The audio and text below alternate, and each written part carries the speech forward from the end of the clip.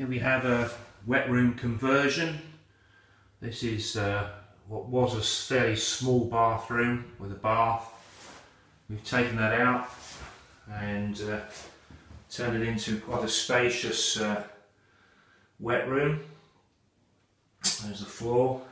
We have our usual wall niche for the shower products. Nice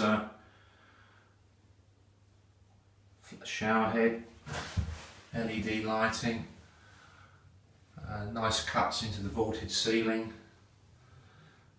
We've built in sort of a few little features to make good use of the space.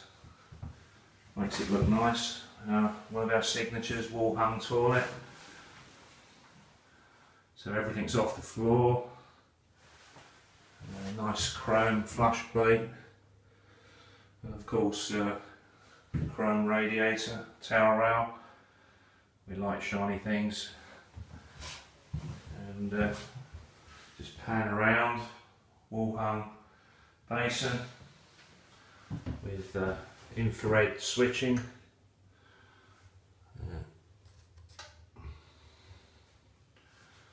Nice mirror cabinet.